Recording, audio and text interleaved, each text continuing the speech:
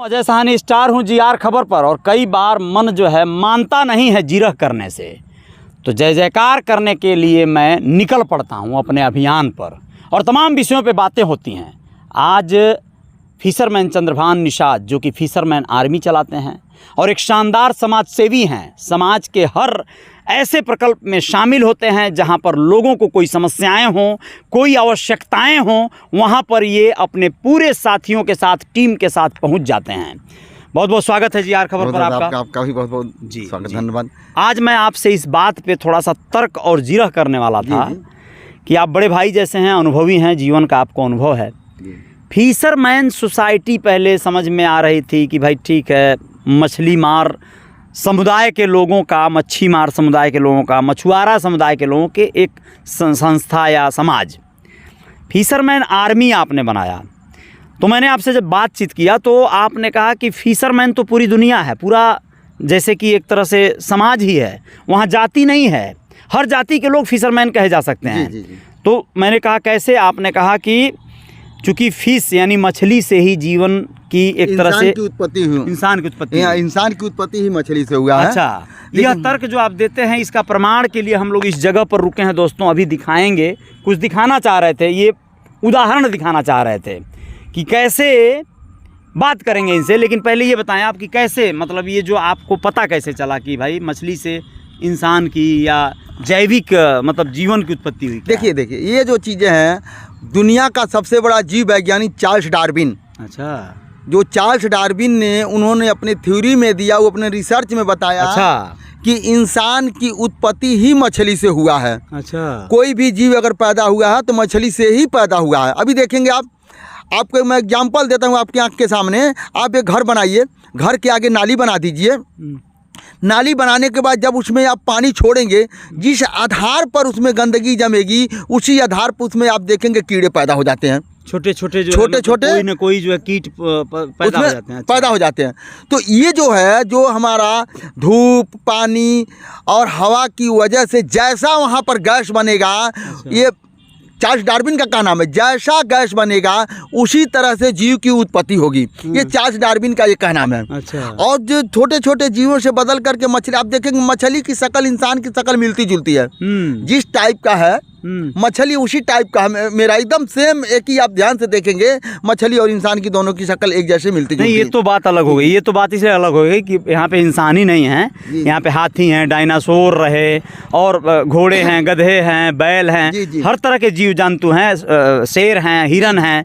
तो ये तो एक अलग तर्क हो गया। लेकिन मैं ये कहना चाहता हूँ कि यहाँ पे आप दिखाने के लिए कुछ बोल रहे थे कि कैसे एक धान के खेत में, जिसमें आदमी ने धान बोने के लिए वहाँ बीज और खाद डाला, वहाँ पानी इकट्ठा हो गई, तो वहाँ मछली अपने आप कहाँ से आ गई? आसमान से आई? नहीं, आसमान से नहीं आती है। अच्छा, जो वहाँ पर आप देखेंगे जो मछली जो है तमाम। चलिए पहले देखते हैं दोस्तों, यहाँ पे मछली दिखा रहा हूँ धान के खेती में, थोड़ा संभाल के आइए आप। और धान के खेती में किस तरह से यहाँ पर मछलियाँ जो है दिखाई दे रही हैं, बड़ा हैरानी हो रहा है वाकई। यहाँ पे आप देख पा रहे हैं, ध्यान से देखिए, यहाँ छोटी छोटी मछलियाँ तैर रही हैं।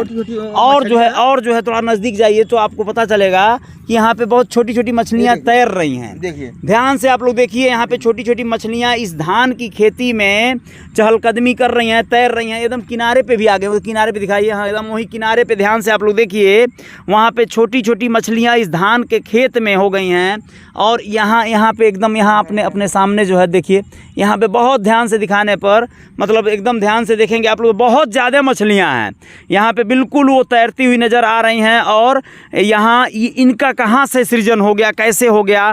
धान की ये खेती है और धान के इस खेती में मछलियों का आना, मतलब ये क्या दर्शाता है? एक गजब की बात है, यह गजब की एक मतलब बड़ी अच्छी घटना एक तरह से देखी जाए तो। अभी ये जो धान के खेत में आप देखेंगे चारों तरफ से सड़क है, चारों तरफ से बंद है, इसमें पानी बाहर नहीं गया क्योंकि इस साल इतना बारिश भी नहीं हुआ। जब बाहर पानी जाता बहता तो लोगों के दिमाग में होता कि बाहर जो बाढ़ से नदी से जो मछली आ गई, लेकिन इस साल आप देखेंगे तो यहाँ इतना बारिश तो हुआ नहीं, आया ही नहीं, बारिश आया ही नहीं। एक खेत से दूसरे खेत में पानी भी नहीं गया, उसके बाद आप देखिए कि मछली यहाँ पैदा हो गई। ये होता क्या है कि जैसे यहाँ पर जो चीजें धान लगाया गया, जो यहाँ चीजें हैं, जो इसमें खरपतवार जितनी भी चीजें हैं, उसमें गैस कैसे बना, अच्छा। जिस आधार पर गैस बना उसी आधार पर छोटी छोटी हम देखेंगे कई प्रकार की मछलियाँ आपको मिल जाएगी। अच्छा, कई तरह के जो है जीव जी पैदा हो इसमें जाएंगे। कई अच्छा। तरह के जीव पैदा हो जाते हैं। अच्छा। इसलिए चार्ल्स डार्विन का कहना है कि जो है जीवों की उत्पत्ति जो है पानी से ही हुआ है और मछली से ही। धीरे धीरे जैसे जहाँ जहाँ जिस जलवायु में जो मछलियाँ पड़ी, जहाँ जहाँ पड़ी, जिस तरह से गैस हुआ, जिस तरह से हवा पानी हुआ, धीरे धीरे बदलाव होता चला गया। चार्ल्स डार्विन का कहना है, दुनिया के सबसे बड़े एक वैज्ञानिक। पोस्टर देखा गया बहुत बड़ा जो है, जिसको आपने नौसर चौराहे पे लखनऊ राजमार्ग पे लगाया है। जी जी। बड़ा भारी है, आपकी आर्मी यानी फिशरमैन आर्मी का प्रचार प्रसार के लिए लगाया गया है। तो उस पर वैज्ञानिकों की फोटो जो है, विदेशी वैज्ञानिकों के आपने डाले हैं। जी। इसका तर्क क्या है? लोग देवी देवताओं का डाल देते हैं, अपने आदर्श पुरुषों महापुरुषों का डाल देते हैं, देश के तमाम लोगों का डालते हैं, महात्मा गांधी का, राष्ट्रपिता का। तो आपका ये तर्क जो देखिए, अभी जो मेरा ये मानना है कि पूरी दुनिया का अगर विकास हुआ है तो वैज्ञानिक की देन है। अच्छा। अगर विज्ञान नहीं होता तो आज हम लोगों का जो ये सिस्टम जो चल लोग तो रहा कहते हैं भगवान की देन है। देखिए, भगवान की देन, शेषनाग के फन पर पृथ्वी है, ऐसा बोलते हैं लोग। ऐसा उनका जो है कि उनको समझाया गया कि आप आडंबर में पड़े रहो, आगे मत बढ़ो। अच्छा। इसी को पूजा करो, इससे आगे मत बढ़ो। डराया गया एकदम इतना डरवा दिया गया कि उससे वो दूर हो ही नहीं सकते हैं। इसीलिए उनको आडंबर। अब जब जैसे वहाँ की आपने बात किया, हमने जो हम पोस्टर पर सबसे पहले आपको देखेंगे तो निकोला टेस्ला, जिनको न्यूटन टेस्ला कहा जाता है। अच्छा। निकोला टेस्ला का हमने वहाँ पर फोटो लगाया, सबसे जो फर्स्ट में लगा है। अच्छा। जो निकोला टेस्ला का, जो न्यूटन टेस्ला की जो देन है, उन्होंने क्या किया, बिना वायर का सिग्नल भेजना चालू किया। मतलब आपका जो रेडियो, फोन, टीवी, सैटेलाइट, तमाम सारी चीज को उन्होंने किया। आज जो पूरी दुनिया जो चकाचौंध है। आ जाइए, इधर आइए, इधर आइए। जी जी। आज रोशनी से दोस्तों, ये बात बहुत इम्पॉर्टेंट है, आप लोग विश्वास करिएगा, चूँकि यह फिशरमैन चंद्रभान निषाद जी अपना जो तर्क, जो तथ्य पेश कर रहे हैं, वाकई सुनने योग्य है और आप लोगों को सुनना चाहिए। पूरी वीडियो को आप लोग सुने। जी। जो आप देखेंगे पूरी दुनिया को रोशन चकाचौंध, जो पूरी दुनिया हो या तमाम सर, कोई घर नहीं बचा होगा जिस घर में बिजली ना हो, बिजली का सामान ना हो, मोबाइल ना हो। अच्छा। ये सब न्यूटन टेस्ला की देन है। और न्यूटन टेस्ला ने पूरी दुनिया को इतना बड़ा चीज़ मुहैया करा दिया कि कोई भी आदमी उससे वंचित नहीं है। अब देखेंगे, एक बार उनके दिमाग में आया, जैसे आम का पेड़ है, ठीक है, पेड़ जब फल लगता तो नीचे क्यों गिरता है, ऊपर क्यों नहीं जाता है? न्यूटन का ग्रेविटी वाला नियम। तो ये तो बहुत सारे लोग जानते हैं। तो इससे मतलब प्रभावित होकर, मतलब कहने का ये है कि आपने ये देखा कि दुनिया अगर अस्तित्व में आई है, बदलाव हुआ है, बड़ा बदलाव हुआ है, लोग गाड़ी घोड़ा मोटरसाइकिल जो भी जान पाए हैं, तो ये भगवान नहीं बल्कि वैज्ञानिकों का देन है। ये विज्ञान की देन है, ये विज्ञान की देन है। जितनी गाड़ियाँ जो चल रही, आप देखेंगे, ये जो पहली बार दुनिया में अगर किसी ने भाप का इंजन बनाया, ले आया, तो जो है कि जेम्स वाट ने लाया। आज जेम्स वाट की देन है कि आज सब लोग जो है साधनों से लैस हैं। जहाँ जिसको जाना, दिल्ली, बम्बई, मद्रास, भोपाल, अनाडा, कनाडा, जहाँ भी जाना है वो अपना चले जाते हैं। किसकी देन है? जेम्स वाट की देन है। तो वहाँ जितने भी हमने वैज्ञानिक का फोटो लगाया, गैलीलियो को लगाया, जिन्होंने दूरबीन से वो दर्शाया कि जो है कि ऊपर चांद तारे एक ग्रह है। ये कोई देवता नहीं है, कुछ ऐसी चीजें नहीं, वो एक ग्रह है। और वो जब ये कहे कि अपने यहाँ की एक ग्रह है और बाकी कोई ऐसी दैविक शक्ति नहीं है, यह ग्रह है, तो उसके बदले में वहाँ की सरकार ने उनको जीवन कारावास दे दिया और उनको जेल में ही मृत्यु हो गई। लेकिन विज्ञान की पद्धति चलती रही, वैज्ञानिक लोग डरे नहीं, उस पर कार्य करते रहे।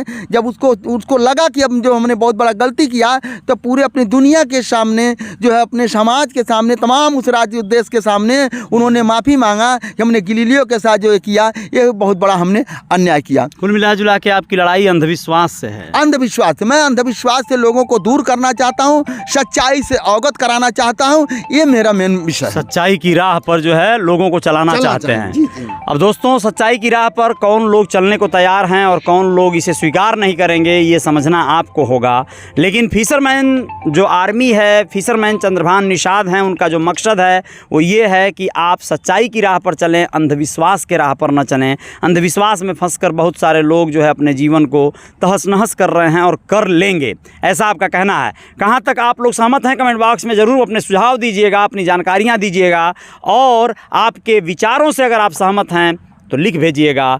आपका नंबर मैं डायरेक्ट डिस्क्रिप्शन में भेजने का प्रयास करूंगा, संपर्क कर लीजिएगा। जय जयकार जारी रहेगी। बहुत बहुत धन्यवाद सर, बहुत बहुत शुक्रिया।